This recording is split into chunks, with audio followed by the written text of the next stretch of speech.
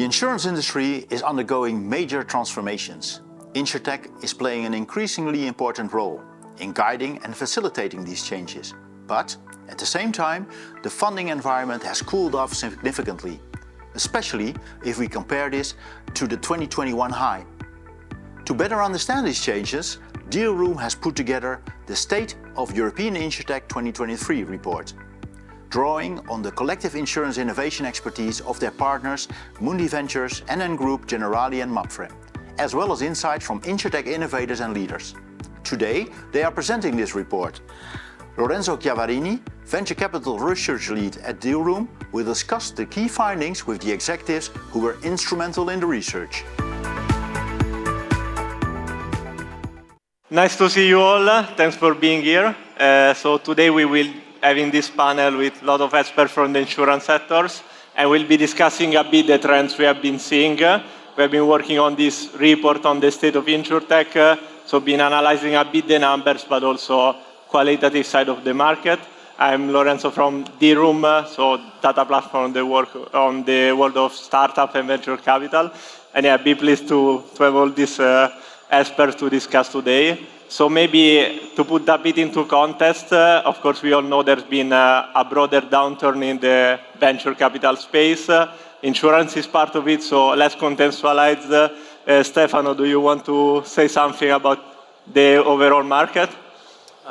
Yes, can you hear me? Yes, perfect. So one quick thing, that when we talk about Insurtech, sometimes we become relatively self-referential, and we forget that it's made of insurance and technology. So yesterday, while I was reading to your email, I said, but what is it going on insurance and on tech VC?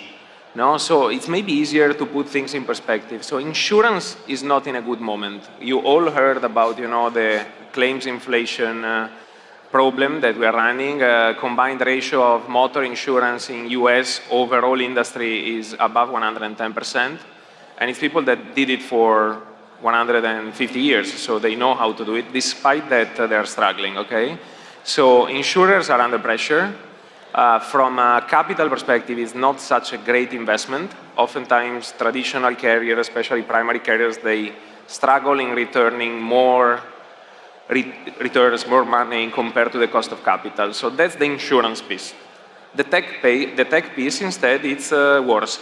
Because in all honesty, and I'm sorry to say, we've seen the forecast for 2023 valuation rounds, VC rounds, and the overall deal flow is expected to be down 50% compared to last year. It's down even more compared to 2021, which was a sort of an outlier, as we discussed. The the startup tech sector already announced in the first quarter 185,000 layoffs. In the last year, 2022, overall the year it was 165,000. So it's 20,000 more only in the first quarter. American VCs, they retracted from Europe because again, it's the whole tech, it's not only Insurtech. I think now American VCs are accounting for 1/3 of the volumes. They typically accounted for 2/3 of the volumes in Europe. And 20% of the tech VC rounds are down rounds. So insurance, not so good. Tech, not so good. What can you expect from Insurtech? I anticipate his point, which is it's even worse, actually. But I stop here because it's gloomy enough for the day, probably. Yeah, so we crunched a few numbers on valuation, revenue multiple with you, and maybe you want to comment on what's happening in the short-term market a bit more. Please send some happy vibes, huh? Yeah, try to recover the you are still investing a lot, so it means you have a thesis. Good news or the bad news? Start with the good news now. Yeah. No, what you were saying is true, right? That there's one thing that is general to the tech industry as a whole, which is the raising cost of capital, mainly raising inflation, uncertainties that is driving valuations down all across the tech industry. But there's also a particular case for Insurtech, right? I mean, and in this sense, probably there are two things, right? One is the valuations, so the impact that Insurtech got in valuations, and the other one is the correction that they got. Right, I mean, it was before. So I mean, when you see the correction on the multiples of Insurtech, it started to happen in Q2 2022, when all the tech sector was booming. So you can see that there's something else behind it, right? And the valuations, it's gone 90% down in the listed companies' valuation multiples. So it went from 20x to 2x, which is unbearable to the other tech verticals. So the next one with the biggest impact is fintech, that with all the raising capital, of course, it's obvious that they got the biggest impact, right? And it's 70% drop. I mean, in Insurtech, it's 90% dropped. I mean, you have, except Lemonade, all the other, and it's valued at cash. But the others are trading below the incumbents in terms of valuation, right, and multiples. So what's happening there, right? I mean, there are many things. Probably one of the first was the excitement of the industry on how big the market is and how underinvested it is compared to the other big markets that there are around them, fintech, healthcare, mobility. So insurance is a third, fourth biggest market in the world.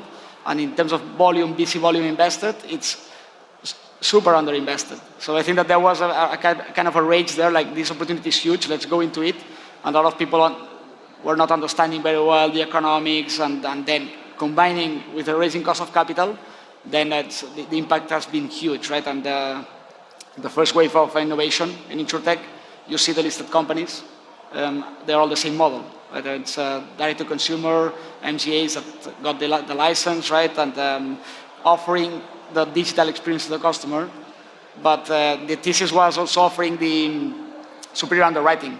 But that has been proven to be wrong. Right? Yeah. Actually, they had worse underwriting.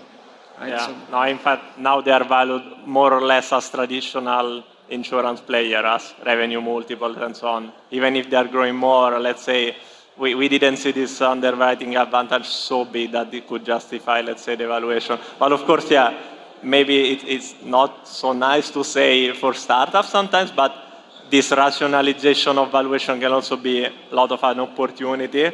So I don't know if you want to comment a bit on like how do you see the market? Like, are there still opportunity or too much uncertainty?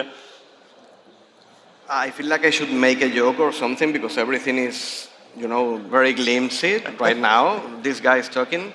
I mean, for us, there are going to be opportunities, for sure. I mean, if valuations are coming down and we're all facing this moment of going through the efficiency and going startups looking to be profitable, it means that good business are going to be there and we will be able to reach out to them. There are going to be it is very hard to say, but some of them are going to be suffering at some point, and they're going to need to go to the market and see if someone can help them. And then we should have a role to play in.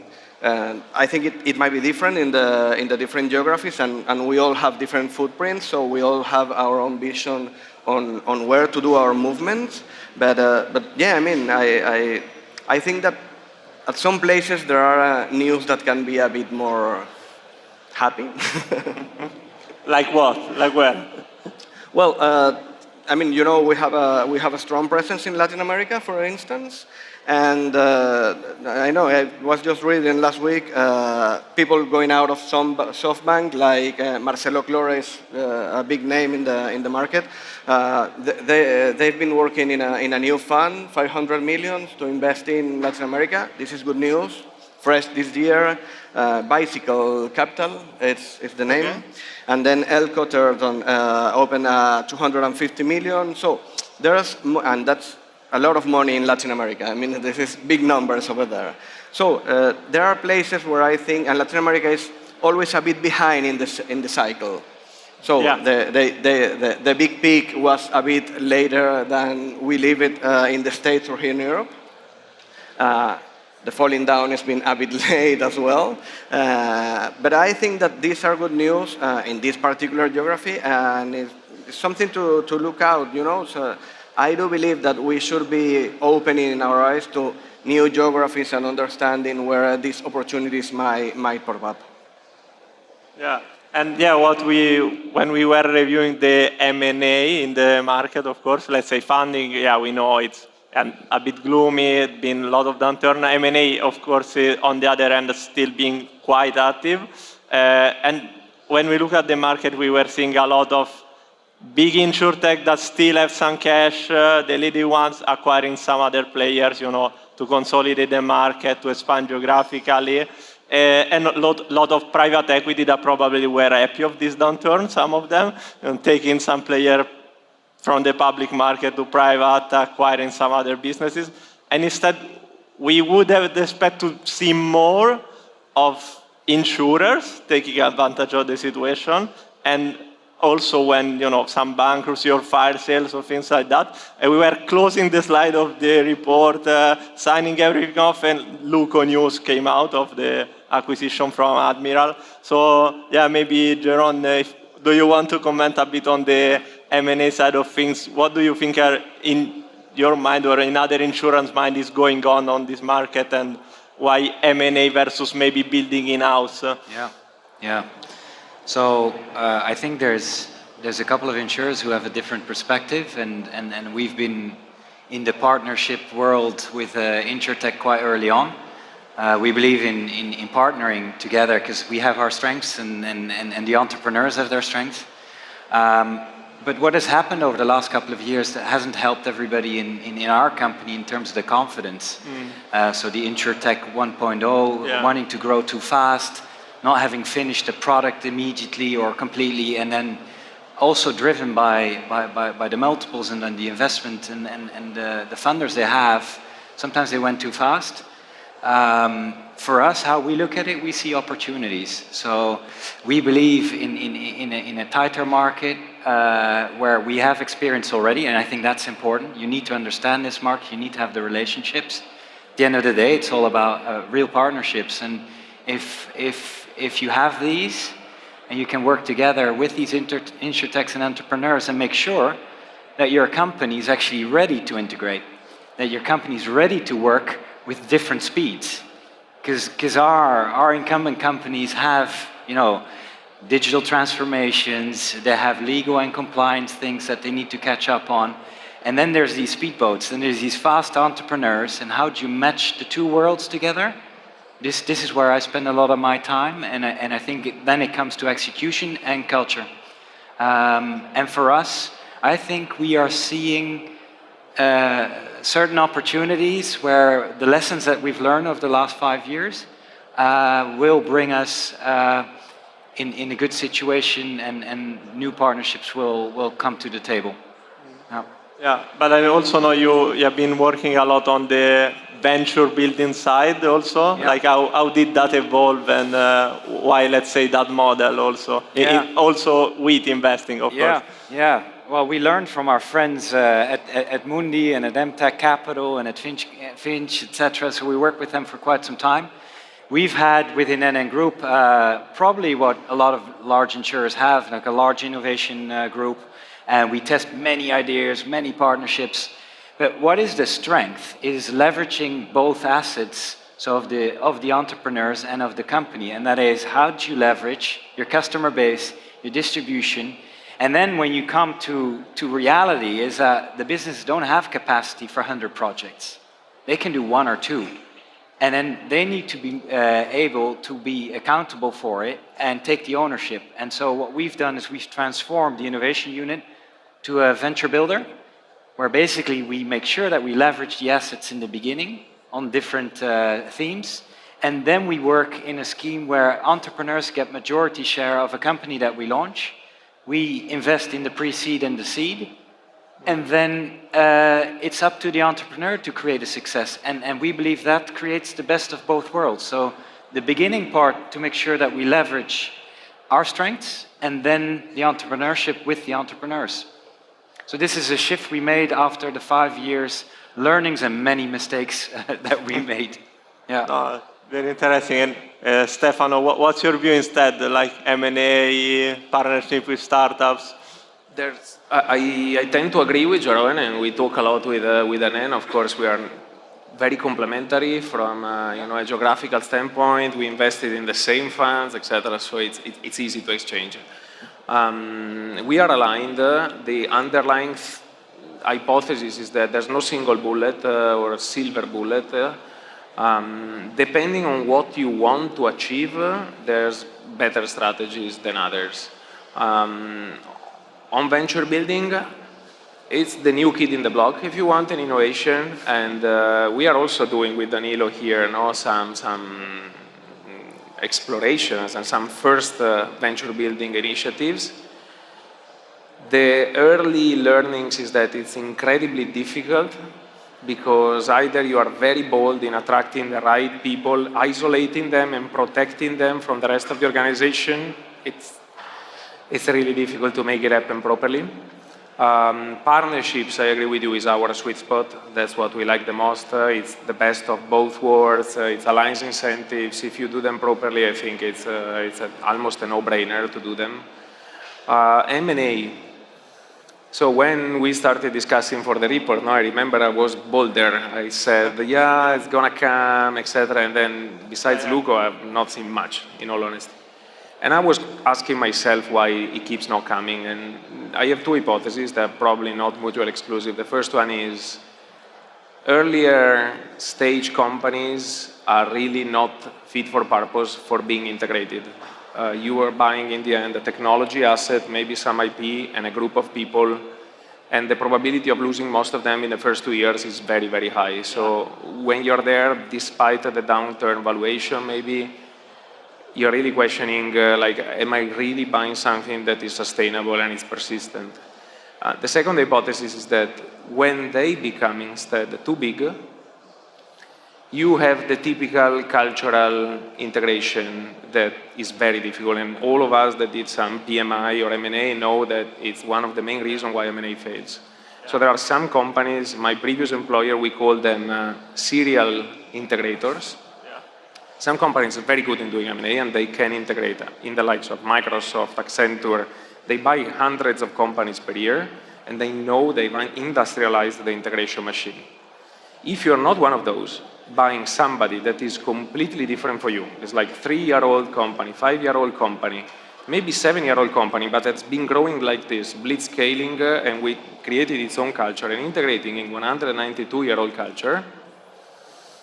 Good luck with that, no? So I think this is why it's not happening, even though it's a bargain. If you look at the valuations now and the quality of the people you have sitting on the other side of the table is so good that every time I see the opportunity, I would jump on it. But then you have to understand, am I really doing something that creates value for the shareholder for the long time, or am I throwing away some money for 2 years? And I'm always the one bringing down the mood. Sorry, I realize now, but... I see Louis, you want to jump in.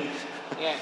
No, because I think that's absolutely right what you're saying, right? But it's also true that today there's a general change happening, right? I mean, and we have to understand that it's a very challenging time for innovation, for entrepreneurs, right? Because basically the startups we have today were created, I mean, you start having now the ones that are created this year, but they were created under an environment which was the norm for 15 years, and that environment no longer exists.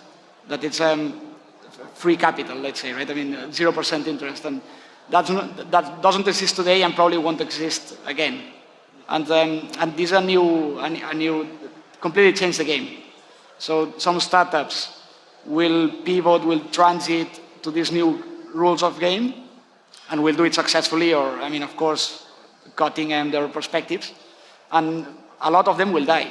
And because they were born and programmed and planned under this environment, right? Yeah. And this is super challenging today. Yeah, and it's not like the entrepreneurs, it's like the whole environment was pushing for growth at all costs. Like, even if you didn't want, like, you really needed to show to everyone in the environment that you were growing fast enough. Yeah, and that comes to the point that Stefano was raising, because those startups are unprofitable businesses. And today, you really have all the bargaining power in your hand. So the opportunities that you have there as an M&A operator are amazing. We are looking forward now to the startups that are being born today with the current environment, macroeconomic environment, because those will have a much more bigger challenge, let's say, in terms of planning for the product, for the go-to-market. You have to be efficient from day one, right? You have to be sustainable. You have to be much more capital efficient. It's very easy to say, okay, I will launch this, and then with free capital, I will grow crazy. But with the current environment, it's much more difficult as an entrepreneur to come to the market and offer something that is really challenging, disruptive, innovator, and efficient in terms of capital. So looking forward to that. And startups will be planning, are already planning, right? Startups raising now. How you manage cash today has nothing to do with 2 years ago, right? How you plan for new fundraising events, how you plan for when you're not meeting the targets that you have in your business plan, this has completely changed. And where we are coming now is a time of opportunity of M&A, because you have a lot of startups that are just on the brink of the hill. So. Yeah, operational efficiency. Yeah. Because when we talk of M&A, we talk like it's a big box and everything is the same, and it is not. I mean, you may be trying to buy a team, you may be trying to buy a technology, you may be trying to buy some business. So depending on the approach that you're taking, the amount of money that you're willing to pay, the moment you want to do this might change. So we need to keep, searching in the market for these opportunities. But again, the way you combine your resources and when you tackle these opportunities is going to be diametrally opposed in some cases. But yeah, I mean, our job is to be there, and I'm with Luis. I mean, the rules have changed, and maybe this is more for the other part of the room. There are a lot of startups there, and actually I've seen some familiar faces in the crowd, and you talk to them, and they're all the time worrying about their cash flow. It is something that it didn't happen a few years ago, right? So good for you guys. Keep going that way. Yeah, and maybe also we have seen like shift in the funding market, but also shift in the model. For instance, one of the big question for a startup is also, do I set up as an NGA? Do I try to go full stack? And this has changed in the years. Each model has its own advantage. What are you seeing today, Louis? Like, where are startups trying to go? Still drawing a bit more on one of the model, or depending on business lines? So as I was saying before, what we see today is that the startups are much more focused on demonstrating early that they really have an advantage in terms of either distribution or underwriting, right? I mean, the ones that are focused on product, right? Let's say on reaching the customer. We are seeing also bigger focus on big markets, so running away from the low LTVs, micro insurance, unless you really have a very powerful and that you can demonstrate a really competitive advantage in terms of distribution. That makes sense, a really short payback, right? But it's difficult to have it with a very low value insurance product. So we're seeing a lot of things now, more interest, let's say, more movement in life and health, so in big markets, and then of course all the solutions that are more to enhance the value chain of insurance, right? So all the solutions that are looking forward to improve specific part, so on the underwriting or on claims handling, fraud detection. So these startups are also getting momentum now. Maybe, Carlos, we touched upon LATAM before. I know, you are really active in the region, and of course, we are a bit more European focused here, but for sure there are many differences with Insurtech in LATAM. What we have seen from the number, of course, LATAM started to emerge maybe 2 years back, and then it has been hit by the downturn, but maybe it's coming back, and of course has very different characteristics, very different customer expectations. So what are you seeing in the region? What do you do differently? What are you seeing from the Insurtech there? We start to see, we start to see, I mean, again, Latin America is not a box where everything is the same. So Brazil is leading the pack way beyond the rest of the countries. And actually, when you check the numbers, and although it is funny, the first Insurtech unicorn in the region was Butterfly, which is from Chile, very small country. So this has been a surprise. But Brazil has 8 of the 10 most funded companies back there. So Brazil is playing one game, and the rest of the region is trying to follow that path. And as Luis was saying, there's a lot of health over there, which is, it's normal. I'm from Venezuela myself. the public systems over there tend not to work that good. So there's a lot of opportunity there in the health and the life space because people do not feel that protected as they might in developed countries. So there's going to be a lot of movement there. P&C, of course, it's always there. And I'm not sure of the model, if it's going to be MGAs, if they're going to be full stack. It is true that what is been so far most difficult to find is tech enablers, you know, as we do have in the developed markets, with that quality, sufficient quality to give us the capabilities we want to achieve when we try to partner with them. So are you seeing like international one trying to enter LATAM, not so much, and the scene there is still emerging? There's a pricing problem there because paying data scientists in Munich is one thing, but then trying to put that into a policy for 25 reales is more complicated. So it's something to be trimmed there. On the MGA versus full stack, I think we as insurers, what I said before, we need to make sure that we can adapt to the speed of MGAs, of Insurtechs. So a concrete example, one of our mistakes or failures, happy to share, is we did a partnership with a peer-to-peer camper business out of Portugal. And we were able to actually be fast enough to cover them in multiple countries in Europe out of one single license. And we were able to rethink our processes to speed up implementations in these different, because you take a camper and you want to go across Europe and you don't want to deal with all these different countries and legislation. And I think it's up to us to fill that gap, because the full stack carriers, the legal and compliance and the regulatory burden for them is so big, quite a lot will not make it. And the scale that we have, we're able to make it. So I think there's an opportunity for the large insurers to rethink their processes and step into that gap.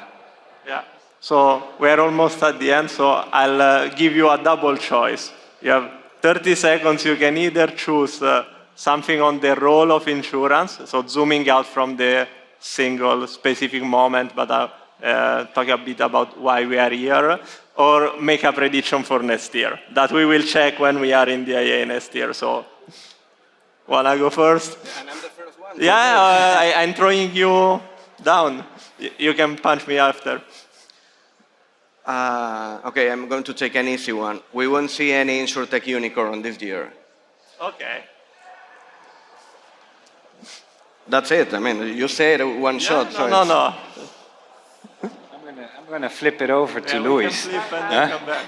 I need some time to think. Wanna respond to this? I'll say that. Say to him, no complicated questions, please. So he listens. No, I'll say that we're looking forward to this year.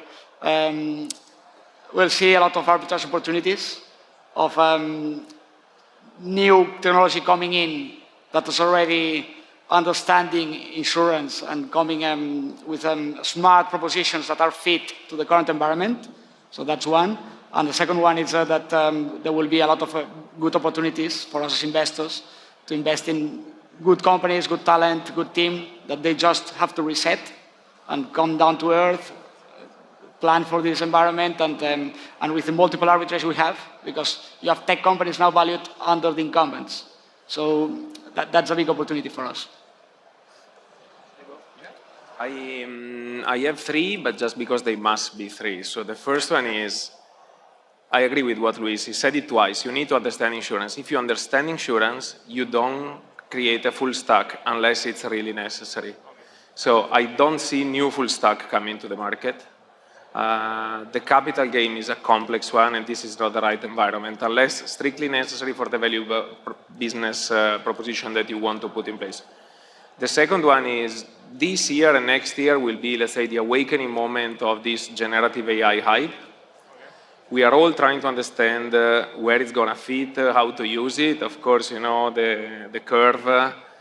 Next year, there will be, I think, some applications, but I don't think all this hype, frankly speaking, is justified. And the third prediction, I think, is going to be a very, very good selection. These all crises, they bring a survival of the fittest moment, no? So good companies, they keep raising. You had one raising the day before yesterday, I think, no? I think it's around here. So, you know, good companies, they can raise also in very bad moments, and this is a very good signal. So my expectation is that everybody's going to jump on those, and the valuation are gonna be interesting, and it's also good deals if you have them in your portfolio, but many others are going to disappear. Jerome, want to close? Yes, I'm the last one then, 20 seconds. So I believe actually it's a good thing happening to the market. So real sizable customer problems will be solved by people who understand what they're doing. And for those, there's plenty of capital and partnerships available. And we're front in line to team up. So, Yeah. thanks to all, and yeah, the report will go live now, so be free to check out we will find on our socials and on our website. So thank you all for listening to the